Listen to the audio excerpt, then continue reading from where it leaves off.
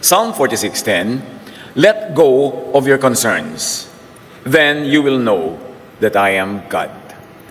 Ano ang mga concerns natin ngayon? Ano ang mga pinoproblema? Ano ang mga hinahanapan ng lunas? Ano ang hindi makita at maapuhap na kaginhawahan, kapahingahan, at kaliwanagan? Sabi, let go of your concerns. How to be still and know God. How to be still to know God. First, trust in God's constant sovereignty and power. Do not focus on momentary troubles. Huwag magtuon sa mga panandalian ng mga panggugulo na nanggagaling sa kapaligiran. See the big picture. Matthew 5:44-45. Your Father in heaven causes His sun to rise on the evil and the good, and sends rain on the righteous and the unrighteous. What is Jesus saying here? That blessing is universal and constant. Laging nandun ang blessing ng Ama. Just find and receive it. Hindi nawawala kahit kailan. Kahit sa mga panahon na madilim ang paligid at madilim ang ating pag-iisip, meron ka rin ang liwanag at pagpapala ng Ama. Life goes on for all. Keep moving on. At malinaw pa sinabi ni Jesus, nandun dapat sumisikat ang araw para sa mga evil and good, para sa mga righteous and unrighteous. Kung para sa unrighteous and evil, sinisikatan din ang araw, di lalo naman yung less evil o hindi evil. Lalo naman yung good. Laging mayroon. Yung hindi natin malinaw na nakikita, hindi ibig sabihin wala dun. Dapat paniwalaan yung katotohanan na laging nandun ang presensya at pagpapala ng Ama. Psalm 63:5-7. I will sing joyful praises and be filled with excitement like a guest at a banquet.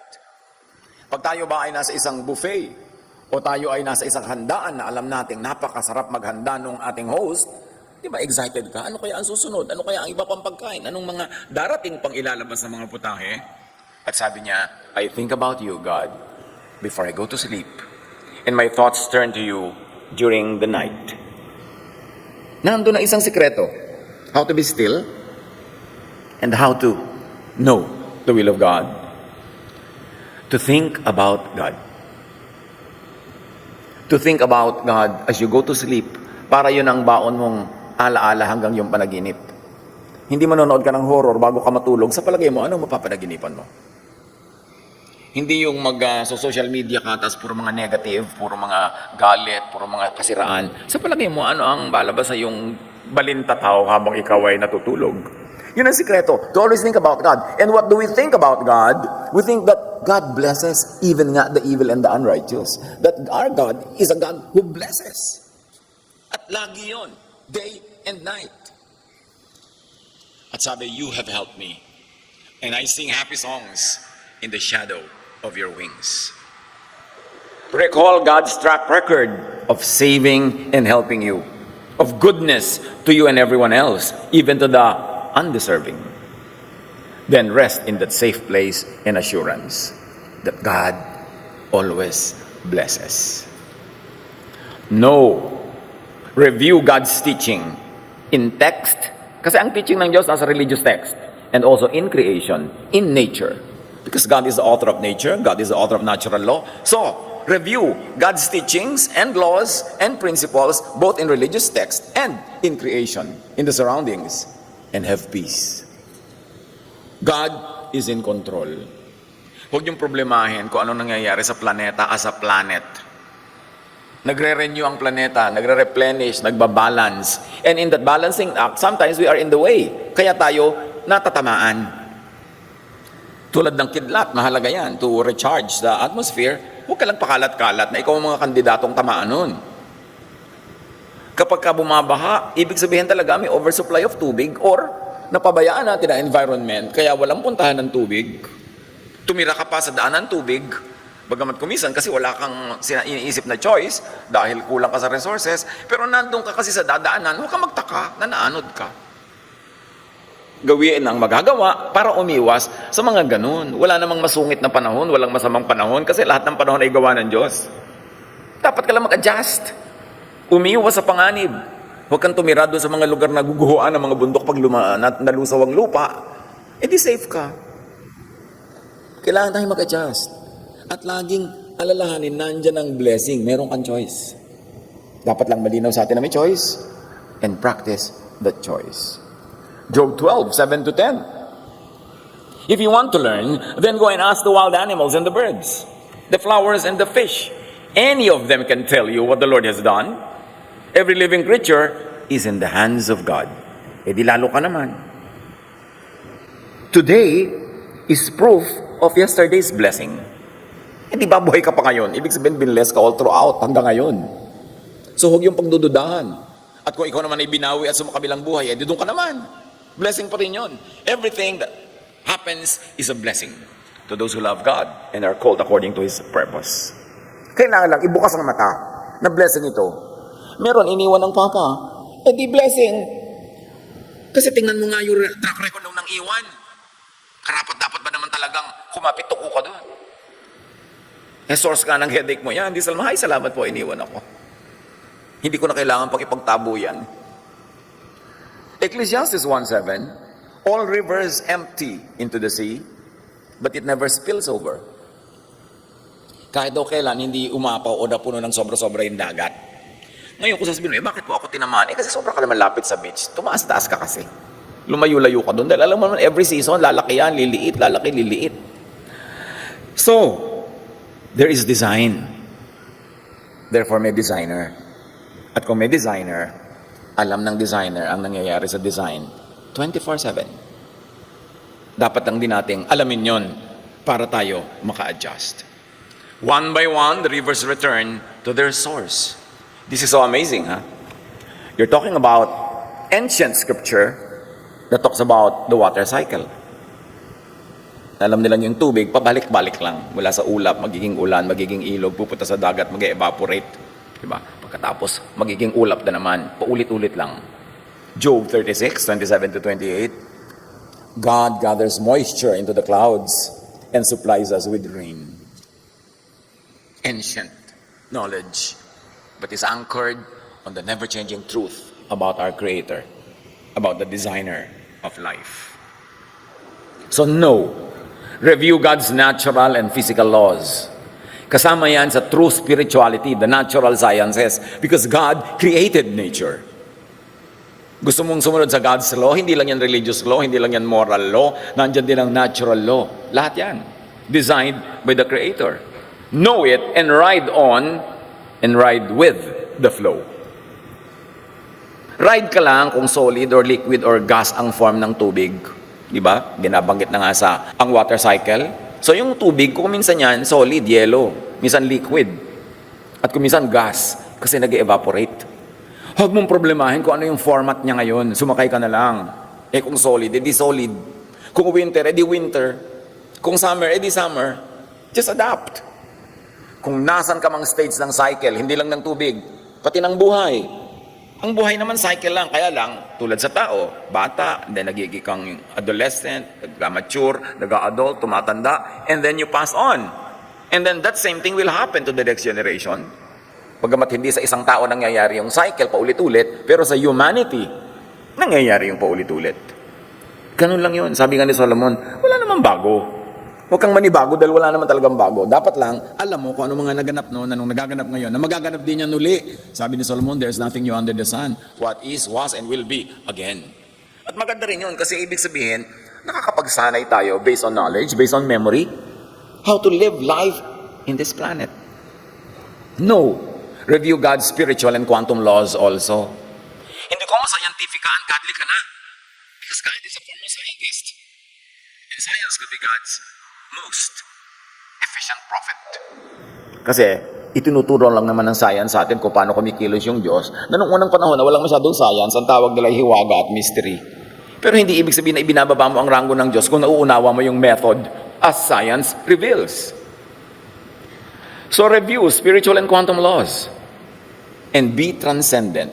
Be above and beyond needless concern. the concerns which are passing at the moment. Hebrews 11:3, because of your faith, we know that the world was made at God's command. We also know that what can be seen was made out of what cannot be seen. Mga profound statements. Sabi niya, alam natin, dahil sa ating pananalig, alam natin na nilikha ang sangsinukob sa salita ng Diyos. Alam din natin na lahat ng ating nakikita, nakakapa, nahahawakan, ginawa galing sa hindi nakikita at hindi nakakapa. What we visually understand came from something that used to be invisible or out of sight. The physical world was made from the spiritual world. The natural from the super or supranatural. Kaya pa sinabing, and God said, let there be light. Ang daming laman nun. Yung salita ay ideya. So ang ideya ng Diyos, inisip niyang magkaroon ng light, at yung light na yun, na nasa kanya lang, sa kalooban lang niya, siya lang nakakakita at nakakagagap, biglang naging physical light na nakikita ng mga nilikha. There is this very important transport from the unseen to the seen world, from the spiritual to the material. And if you like to be scientific about it, from natural or classical physics into quantum physics, which is beyond measure of the physical sciences. Huwag matakot sa kanyang mga aralin. Ngayon, kung hindi mo maintindihan, di wag. Pero yung mga nakakaintindi, pursue, study. Because room for improvement and room for knowledge is the biggest room in the world or in the universe. Hindi mo kayang ubusin yan. So huwag kang makontento na nandun ka na sa isang madilim na sulok forever. Samantalang napakaraming liwanag at naliliwanag ang bahagi ng sansinukob na pwede mong maunawa kung magbubukas ka lang ng isip. Ang isip ay parang nakasarang bahay na may bintana na pag binuksan mo sa umaga, pwedeng pasukin ng liwanag. Dapat buksan ang isip. Maraming hindi kita at hindi abot, pero relax lang. Hindi naman lahat nakikita at naabot agad. Pero hindi ibig sabihin wala yun doon. Ganon din yung pagpapala ng Diyos. Hindi natin laging kita. Kuminsan natatakpan tayo ng madilim na sunglasses, ng fear, ng doubt, ng concern or over-concern with what's happening in our immediate environment, that we forget to look far and beyond. Para makita natin that overall, the big picture is this, that God blesses all the time. Colossians 1:17, God's Son was born before all else, and by Him, everything is held together. Pwede mo itong ma-appreciate from a spiritual standpoint na parang bugtong, parang talinghagang, di mo naman talaga maintindihan. Pero pwede mo itong ma-break down into scientific terms, physical configurations that could be more easily understood by those who seek. So understand God in spiritual terms, in natural terms, in supernatural terms, and even in quantum terms. Kasi, sabi, if I climb to the heavens, you are there. If I went to the depths of the sea, you are there. Wherever I go, you are there. In other words, makikita mo ang karunungan ng Diyos kahit saang branches of knowledge, kahit saang sciences, or kahit saang totoong God-seeking theologies. Matatagpuan mo siya. Therefore, sabi, be still. It comes from the Hebrew word rapha. Nang ibig sabihin lang, let go. Gusto mong mapayapa ka? Let go. Bumitaw sa hindi mahuli. Bumitaw sa hindi mahawakan. Bumitaw sa hindi magagap. Bumitaw sa hindi mo mayakap at hindi mo maibulsa. Bumitaw para ka ma-relax. Don't struggle. What God wants to give you will come to you, whether or not you struggle for it. Pag gusto kang pagpalain, walang makakapigil sa kalangitan. Pag merong ayaw ibigay sa iyo, kahit magpatiwati-wari ka dyan, hindi pa rin yun mangyayari. So, let go. When do you let go and when do you insist?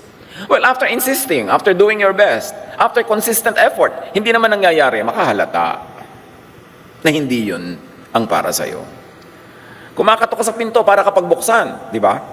Pero kung 300 years ka na kumakatok, makahalata ka naman. Baka yung susunod na pinto ang para sa'yo. Huwag ipagpilitan. Cease striving. Kung talagang wa-epek. Sabi nga nung 1960s. Huwag pilitin ang talagang ayaw pa.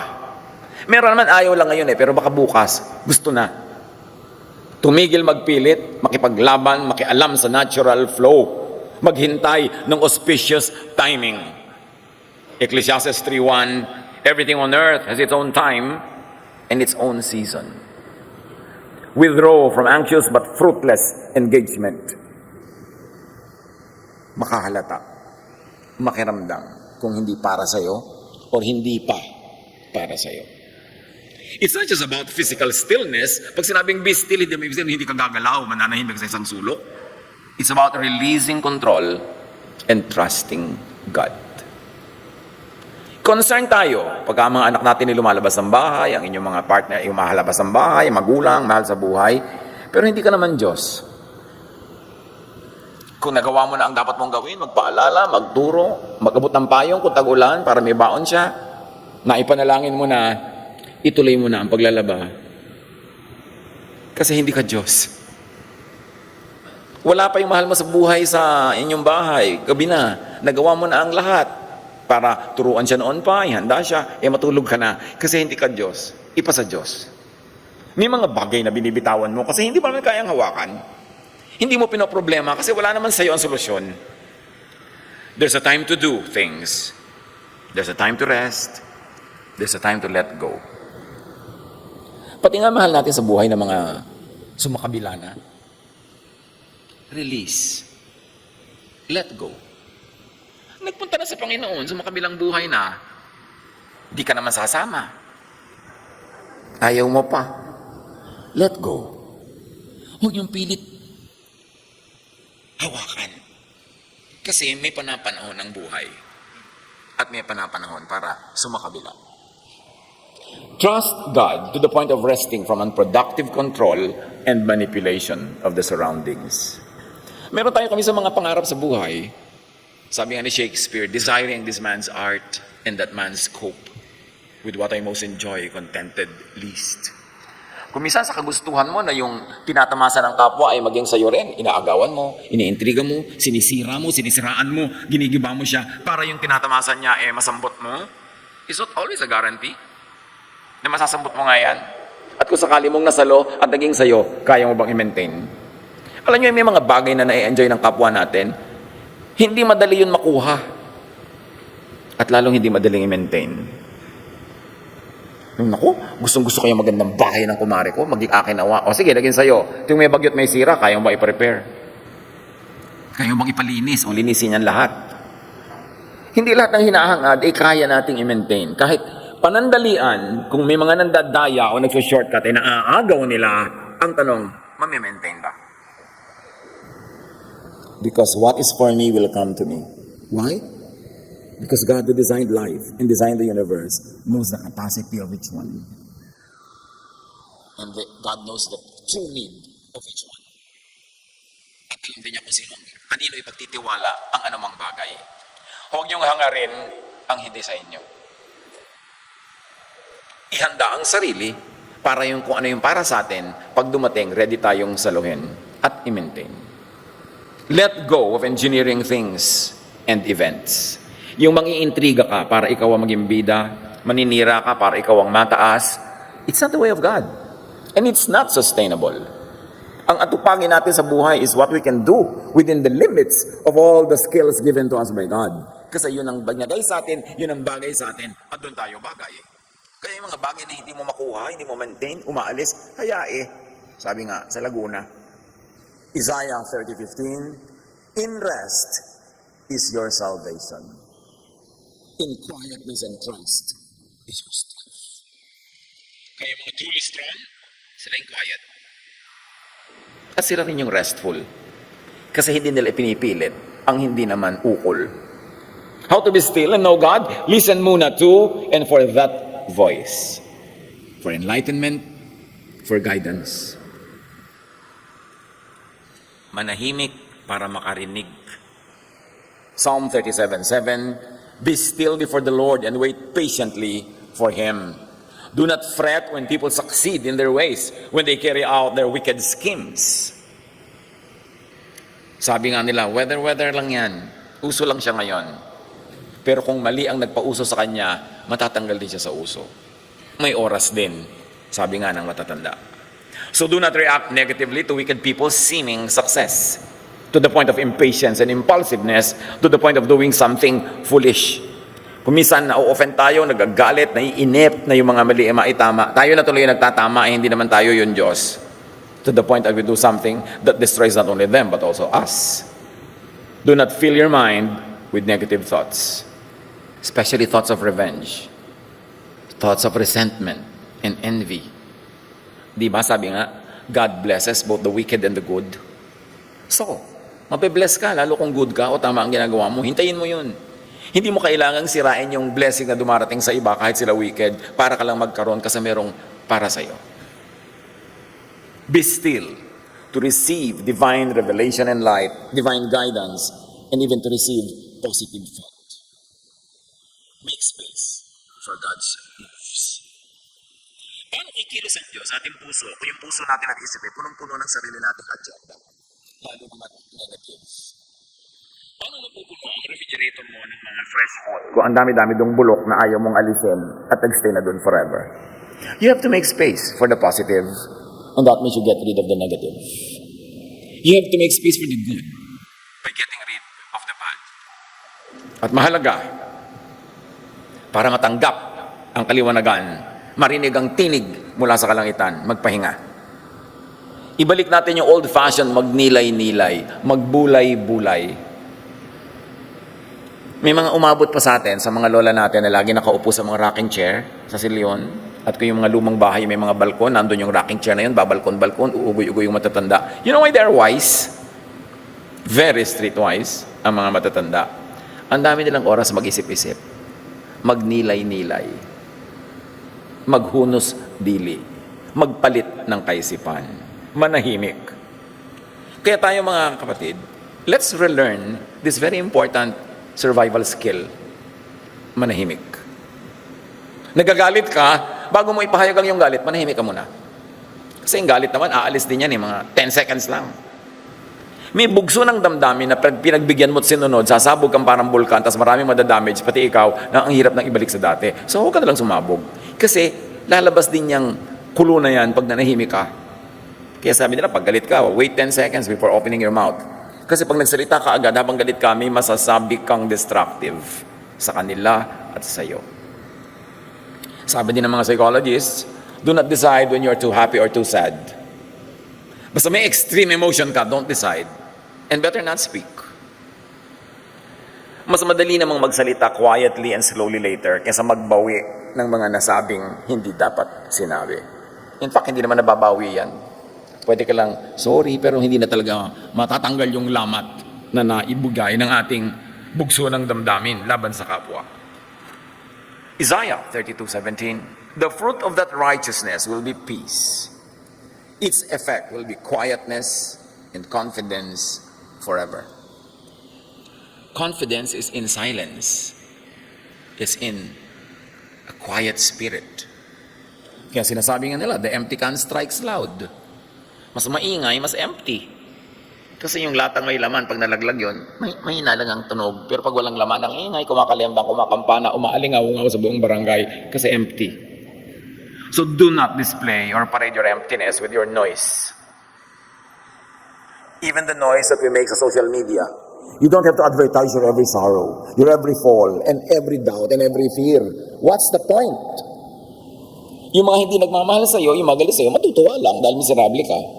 At yung hindi naman nagmamahal sa'yo, wala namang silang pakialam doon. Wala ka talagang mapapala. You want to ask for help from people who will help you, for people who matter, but you don't ask help from every anonymous person. And sabi nga nila, every Facebook post is a cry for help. But why cry for help in social media? Who do you expect to help you? Palalalain mo lang ang sitwasyon, you will only glorify your sorrow. So, make space in your mind for God-given and God-sent thought by emptying your mind of all the negative things. Be quiet enough to hear the divine voice. Be still to hear reason. The mind is more of a receiver than a producer of thought. Ang isip natin ay hindi yan factory of thought. Yan ay receiver of thought. So saan manggagaling yung thought? From the other world, from the spiritual world. And let's hope the thought that your mind receives is coming from heaven, not from elsewhere. The mind receives revelation, instruction, guidance, inspiration, direction. The mind is a contact and entry point from heaven to earth. The mind is portal of heaven to earth, of God to man, of spirit to the body. Studies in psychology suggest that we are not merely producers of thought, but also receivers of external influences that modify our mental states. Many thoughts and feelings arise from unconscious influences that we are not actively aware of. And can you imagine how much social media, how much the multimedia, and how much a whisperer can influence our thoughts? Binabantayan ng ating mga tainga at mata para napipili, nasasala, napipigil ang mga hindi dapat pumasok doon. Keep the mind free and open to heavenly messages, impulses, and frequencies. We are frequency. Actually, we are electricity also. We are energy. Therefore, we are frequencies. So, vibrate in the frequency of the divine. Kita niyo yung mga radyo. Frequencies yan. Kaya may FM, frequency modulation, may AM, amplifying modulation ba yun? O kung ano man. Di ba? Ang ibig sabihin, frequency ang radyo. Ang lahat ng radio waves ay nandyan sa hangin.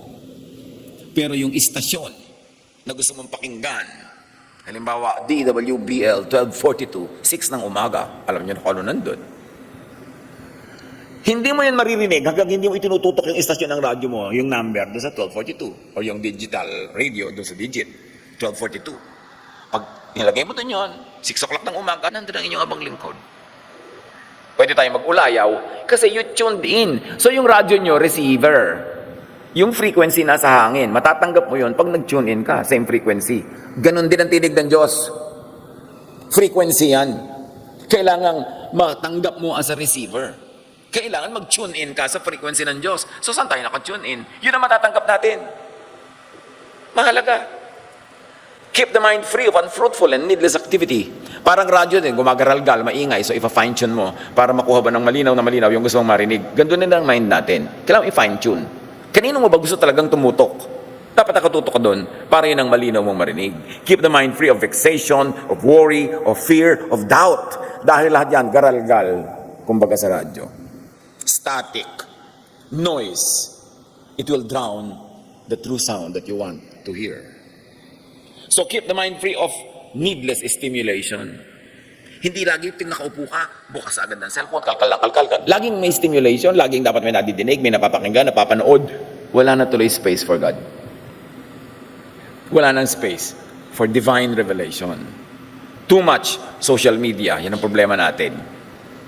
Napapabait ba tayo? Napapabuti ba ang ating pakiramdam, ang ating kalagayan? Napapaamo ba tayo? O napapabangis, nagagalit, na-agitate, natatakot? Piliin nyo naman. Makahalata kung ano ang nagiging bunga sa atin ng pinapanood, binabasa, pinapakinggan. Kasi dapat yung fruit ang ating tingnan. A good tree will not bear bad fruit. A bad tree will not bear good fruit. Ano ang fruit sa inyo? Ng pakikinig, panonood, pagbabasa ng kung ano-ano. Matthew 6:31 to 32. Don't worry. Only people who don't know God are always worrying about such things, meaning the needs, physical needs. Your Father in heaven knows you need all of these. James 1:6-8. Anyone who doubts is like an ocean wave tossed around in a storm. If you are that kind of person, you can't make up your mind, and you surely can't be trusted. So don't expect the Lord to give you anything at all. Pag paiba-iba ang isip, pag sinisiklot-siklot ka ng mga alon na wala ka namang napupuntahan, kalog ka lang ng kalog, wala kang nararating, sabi huwag kang umasa na makakatanggap ka ng kaliwanagan mula sa Diyos pag ang isip mo ang gulo-gulo. Kailangang patahimikin ang isip na yan. Subliminal advertising uses hidden or obscured images, sounds, or messages presented below the threshold of conscious perception to influence customer behavior. Noong early 70s, late 60s, umuso yung subliminal advertising. Yung hindi sinasabi clearly, hindi nakikita clearly, pero nakaka-influence doon sa nakakapanood o nakakapakinig. An example, mayroong isang produkto na nakatabi sa picture ng isang manika at yung manika ay nasa isang lukot-lukot na parang bedsheet.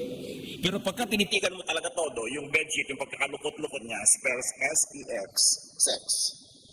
Pero hindi mo kita agad yun. Pero nakikita yun ng subconscious mind. Kaya pala hindi mo makakita mo nakakapit sa advertisement nito, tumatawag na pala doon sila nasa ilalim ng isip, hindi mo sila sa ibabaw. Doon ka kinakausap at subliminal levels. At maraming mga tao, mga propagandista, mga influencers at kung ano-ano pa, they speak to you at subliminal levels. Hindi clear. Pero naaaninag, nababakat, nauulinigan noong malalim na bahagi ng iyong isip. Outside of and beyond the conscious. So, all around us, may mga mensaheng below the radar ng conscious mind. Mas madaling pumasok sa isip, mas madaling nakakahubog ng isipan. Pero, in true spirituality, in true wisdom and light, nagiging clutter lang yan, bara, sa flow of divine impulses and godly thought. Tandaan natin, ang ating isip para rin yung mga ugat natin sa katawan. Pag maraming bara, pwede kang mag-stroke. Ganon din ang ating spiritual ears and spiritual arteries. Pag maraming bara, pwedeng hindi makadalo yung dugo, hindi makadalo yung dugong galing sa Diyos, at magkabara-bara yan at makasama sa atin. Dapat maluwag. Piliin ang iniisip. Hindi yung sa ulado mo talaga lahat ng birthday ng artista. Baanin mo yun. Siguro isa o dalawa yung paborito mo. Yung sa ulo mo lahat ng mga dami-daming information. Remember, we are very informed in this generation. But are we wiser? Pieces of information that clutter our brain can actually get in the way of the few important pieces of information that really matter. So unclutter your brain. Huwag kang makinig sa nonsense na chismis. Kasi bumabara yun pamparami ng laman. Pagkatapos wala namang katuturan. Pag darating ng tuloy yung tunay na mahalaga, wala ka ng lugar. Kasi binulag ka na nung naunang nakaapunta doon. Hindi ko may naunang ideya na nag-squat sa loob ng iyong utak. Gagawin mo na yung permanent resident. Dapat tanggal ka ng tanggal. Erase ka ng erase, delete ka ng delete. Or huwag mo na munang ipasok talaga. Be very selective. Namimili tayo kung sino ang papapasukin sa ating bahay. Lalo naman kung papapasukin sa ating kusina. At lalo naman papapasukin sa ating mga bedroom. Pero namimili ba tayo ng mga kung ano-anong ideya na pasok ng pasok sa loob ng utak natin? Importante yun. Lalo nakakagulot, nakakatakot. Kaya katakot na takot lagi kasi nakikinig ng katatakutan. Proverbs 4:23, above all, guard your heart, for everything you do flows from it. Of course, the heart can also substitute for the mind. Guard your thoughts, guard your feelings, guard your heart, guard your mind. Kasi lahat ng gagawin mo sa buhay ay naguugat sa kung ano ang laman ng iyong utak. So, anong ilalaman natin dyan? Do not allow ungodly, negative thoughts to engage your mind. Huwag makipagtalastasan, makipag-usap ng matagal, makipagyakapan, makipag-romance with negative thoughts. Sabi nga ni Martin Luther, you cannot stop birds from flying over your head, but you can stop them from nesting in your hair. Hindi man maiiwasan. May mga negative thoughts na parang ibog lumilipad-lipad sa ibabaw ng ulo mo, pero pwede mo naman silang pigilin na magpugad sa buhok mo. Huwag mong tagalan. Huwag mong entertain masyado. Dismiss it. Do not allow unfruitful labor to tire your body. Gaano karaming pampapagod ng katawan ang hindi naman kailangan? Itulog mo na yung oras mo kaysa ubusin mo sa kababasa ng mga nakakayamot na comment. Sa kababasa ng mga sinasabi ng di naman matatalino. Bakit mo ilalagay sa loob ng utak mo yung mga hindi katalinuhan na yan? Basura. Kalat. Wala na tuloy lugar para sa wisdom. Garbage in, garbage out. Sabi nga nila. Proverbs 23:7. For as he thinks in his heart, so is he. Kung anong nakalagay sa kanyang isip, ganon ang magiging pagkatao niya. Our thoughts are shaped significantly by external stimuli and experiences. So do not be distracted. Romans 12:2. Do not conform to the pattern of this world, but be transformed by the renewing of your mind. Huwag kang makiayon sa takbo ng sanlibutan ito, kundi babaguhin mo ang iyong isip. Magbago ka sa pamamagitan ng patuloy na pagbabago at pag-unlad ng iyong pag-iisip. This is a daily transformation, non-stop. So, be progressive, not conservative in knowledge. Pag kasi conservative ka, ito na to, i-conserve ko na, lalagyan ko na ng formalin, lalagyan ko ng mga preservative, ito na to, walang iibahin. Yun ang conservative mind eh. Pero paano ka magta-transform by the renewing of your mind kung puro conservatism ka? Yes, may mga areas of our lives when we need to be conservative. And godly wisdom will tell us which areas. But in all other areas, we have to be progressive. We have to continue to change from glory to glory. Di ba? God changes us from glory to glory. How can God change you from glory to glory pag conservative ka? Ayaw mo nang palitan. Yung nauna nag-squat sa utak mo, yun na ang truth mo forever. Paano ka mag-grow? Renew. Change. And make the mind grow through impulses, ideas, or thoughts it receives from the divine. Not from anywhere else. So para tayo mag-grow, dapat be tentative. Don't be dogmatic. Tentative ka. Pag tinanong ka, ano ang alam mo tungkol dito? At this moment, at this time, ito ang alam ko. Pero hindi ibig sabihin, tomorrow, yan pa rin ang alam ko, ha? Kasi I continue to be transformed by the renewing of my mind. I continue to grow. So hindi ko ilalaban ng patayan yan. I will not kill or die for what I know now. Dahil baka bukas, pag inabutan ako ng mas magandang kaliwanagan, mag-edit ako ng alam ko. Mag-adapt, mag-adjust. Hindi ko ilalaban ng gera yung alam ko ngayon. Because I know that what I know is finite. What could be known is infinite. How can a finite mind totally comprehend an infinite truth? Kaya dapat tentative ka, teachable, willing to change your mind, your position, your worldview. Kaya naman, Philippians 4:8, kasi kung ano laman ng puso mo, yun magiging ikaw. Sabi niya, whatever is true, noble, right, pure, lovely and admirable, excellent or praiseworthy, think about such things. So pag may ideya na gustong pumasok sa isip mo, itatanong mo yan, true ba yan? Noble? Right ba yan? Pure, lovely, admirable, excellent, praiseworthy? Then iisipin ko. Pero pag hindi, please, pass. Walang space in my mind for these things. 2 Corinthians 10:5, kahit sa religious thought, kaya philosophy yan, kaya religious thought, with demolish arguments and every pretension that sets itself up against the knowledge of God. And we take captive every thought to make it obedient to Christ. Pag sinimplify natin, apply this to theology, to belief, to philosophy, kailangan nakikinig lang tayo sa tunay na tinig ng Diyos, hindi kung kani-kanino. At sa tunay na tinig ng anak ng Diyos na isinugo niya para ituwid ang liko, itama ang mali, liwanagan ng madilim, linisin at dalisayin yung nakaukaw ng sari-saring pollution. Kaya in other words, pag sinabi natin yung 2 Corinthians 10:5, we demolish arguments and every pretension that sets itself up against the knowledge of God, and we take captive every thought to make it obedient to Christ. Ibig sabihin lang, i-Jesus filter ang lahat. Salain yan sa itinuro, sinabi, ipinamuhay ng Panginoong Jesus. Dahil siya ang truth, siya ang way, siya ang life. Pag may mga teaching, no matter how old, no matter how established, pero anti-Jesus, ay hindi yan. Kailangan lumusot sa Jesus filter para ko yan lulunin at ipamuhay. How to be still and know God? Rid your mind of preconceptions, of bias, and bigotry. And mostly, corporate religion is guilty of this. Yung sobrang preconception, kasi itong pinaniwalaan ng ninuno, therefore wala nang babaguhin. Sobrang bias, kami lang tama, kayo mali. Bigotry, mga masasama kayo, kami ang tama, kami ang makadiyos. Kaya, dapat lahat yan, lalo religious thought, Jesus filter mo. Para yan ang tool mo in the transformation of your mind towards more and more godliness. Rid your mind of inherited, hand-me-down, memorized ideas, teachings and doctrines, and vested interest. Isaiah 26:3, you will keep in perfect peace those whose minds are steadfast, because they trust in you, not in anyone else. In you, not in other people's ideas, especially those that contradict God's ideas. Be wary Be watchful. Maraming religious ideas are not really in conjunction with Jesus' ideas. Kaya nga dumating si Jesus para magtuwid. Ibig sabihin may liko. Kaya nga siya dumating as the way, ibig sabihin merong dead end. Huwag ka doon pumunta.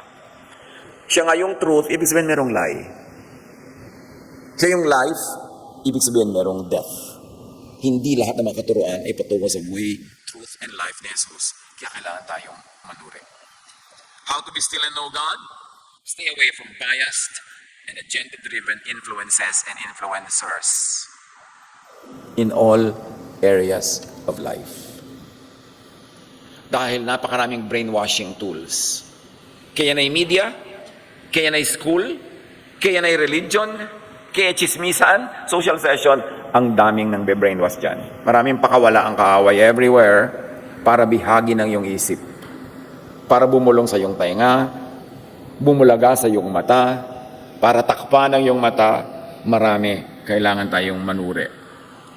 Romans 14:13. Therefore, let us stop passing judgment on one another. Ibig sabihin yan, kesa religious circles, passing judgment on everyone else, kesa sa philosophical circles, anumang circles yan, let us stop passing judgment on one another. Instead, make up our mind not to put any stumbling block or obstacle in the way of a brother or a sister. So especially in a religious context. Sa kahaharang kumisan sa kapwa, matutuon tuloy, matutuon lang sa negative projects, sa destructive instead of constructive work. Kumisan sa kayawan mo na maangatan ka ng kapwa, sisirain mo siya ng sisirain, pati ikaw nasasaktan din, hindi mo alam, nadadamage ka rin. So, dahil ang ginagawa mo yung mangharang ng mangharang sa ginagawa ng iba, ikaw din, hindi mo maatupag ang pagbuo sa iyong sarili. Dapat yung mga ganyang pandadaya sa atin na sanlibutan, clear na. Especially kung above 20 years old ka na, dapat nakikita mo na yung ganyang mga trick. How to be still and know God? Be mentally and emotionally neutral most of the time. Proverbs 18:13. To answer, meaning to judge, to decide before listening, that is folly and shame. Hindi ka pa nakikinig, may sagot ka na. Hindi mo pa nauunawa yung sinasabi niya, kinukontra mo na. Sabi niya, that is folly. Isang malaking kahangalan. At nakakahiya. Yung hindi ka pa nakakarinig, meron ka na agad hatol.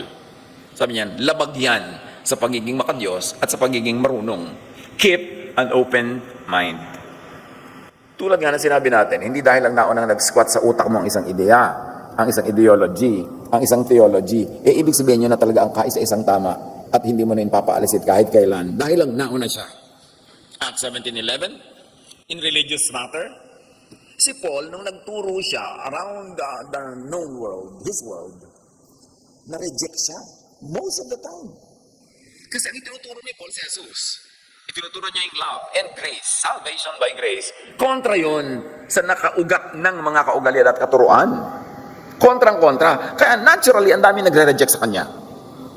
Now, the Berean Jews were of more noble character than those in Thessalonica, for they received the new, unconventional, and revolutionary message, parenthesis mine, with great eagerness, and examined the scriptures every day to see if what Paul said was true. The Bereans, the people in the city of Berea, compared to the people in the city of Thessalonica in Greece, magkaiba sila. Nung nagturo si Paul nauna sa Thessalonica, inaway siya ng mga tao doon. The people very violent to him. The people threw him away. Ay, talagang galit na galit sila. Kasi ang itinuro ni Paul, labag sa kanilang old Jewish thought. Meanwhile, nung nagturo siya sa Berea, mga Jewish din yung mga tao doon na tinuruan niya, alam nila yung kanilang faith, alam nila yung kanilang religious doctrines, pero hindi sila nagalit agad kay Paul, nakinig muna. Pinakinggan nila ng buo. At pagtalikod ni Paul, nireview nila ang kanilang mga pinaniniwalaan, ang kanilang mga religious text. At pagkatapos, tinanggap nila yung katuruan ni Paul. Kaya ang sabi, mas mabuti ang kalooban, mas busilak ang puso ng mga Bereans kaysa sa mga Thessalonians. Kasi yung mga Bereans, hindi nagalit agad. Hindi inuna yung mag-react. Hindi inuna yung maging violente. Their wisdom was in not being dogmatic, not in jumping to premature judgment, and not in jumping to rejection, drama, and violence. Kaya yung mga Bereans are known for that. Mapayapa muna silang nag-aral na mabuti, unlike the Thessalonians na angry birds agad. At yan, nasa Acts 17, 1 to 12. Yung kwento. Ngayon, kung Berean ka, sinasabi mo, Berean ang iyong isip, ang iyong puso, dapat hindi ka angry bird.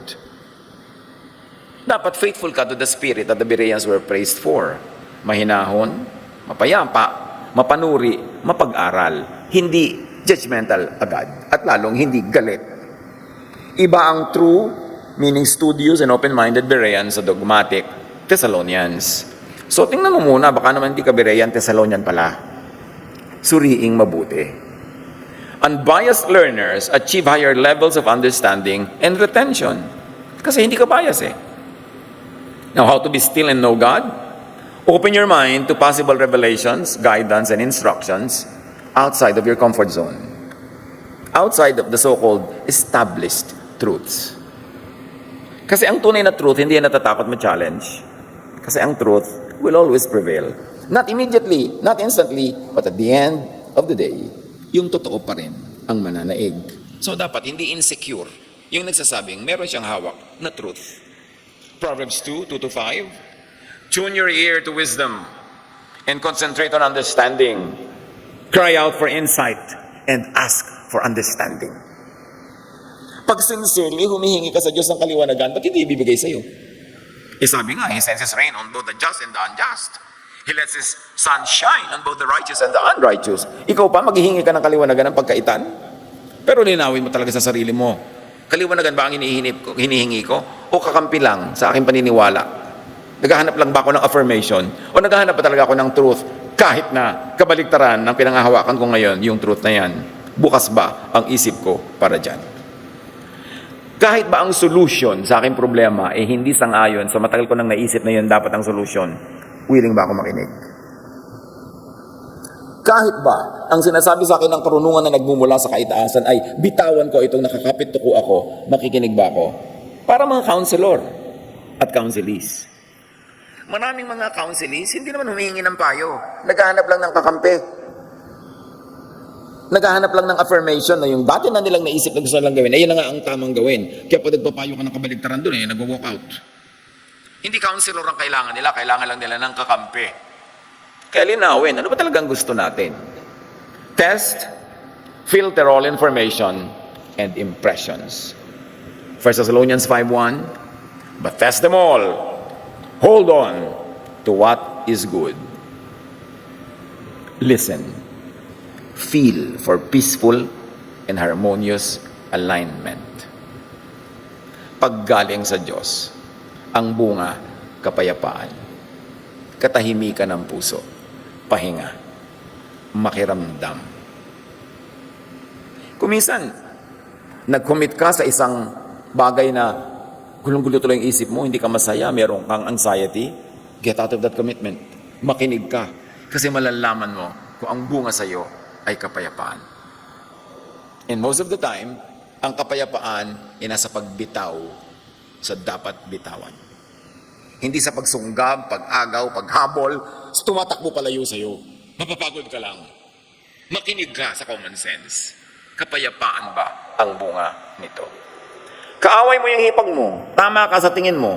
Mali siya. Pero siyempre sa tingin niya, siya yung tama, ikaw ang mali. Ano magbibigay sa'yo ng kapayapaan? Ipagpilitan yung gusto mo? Or just go your way and let her go her way para katahimik, para kapayapa?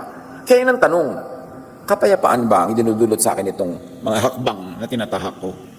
O hindi? Huwag ipagpilitan.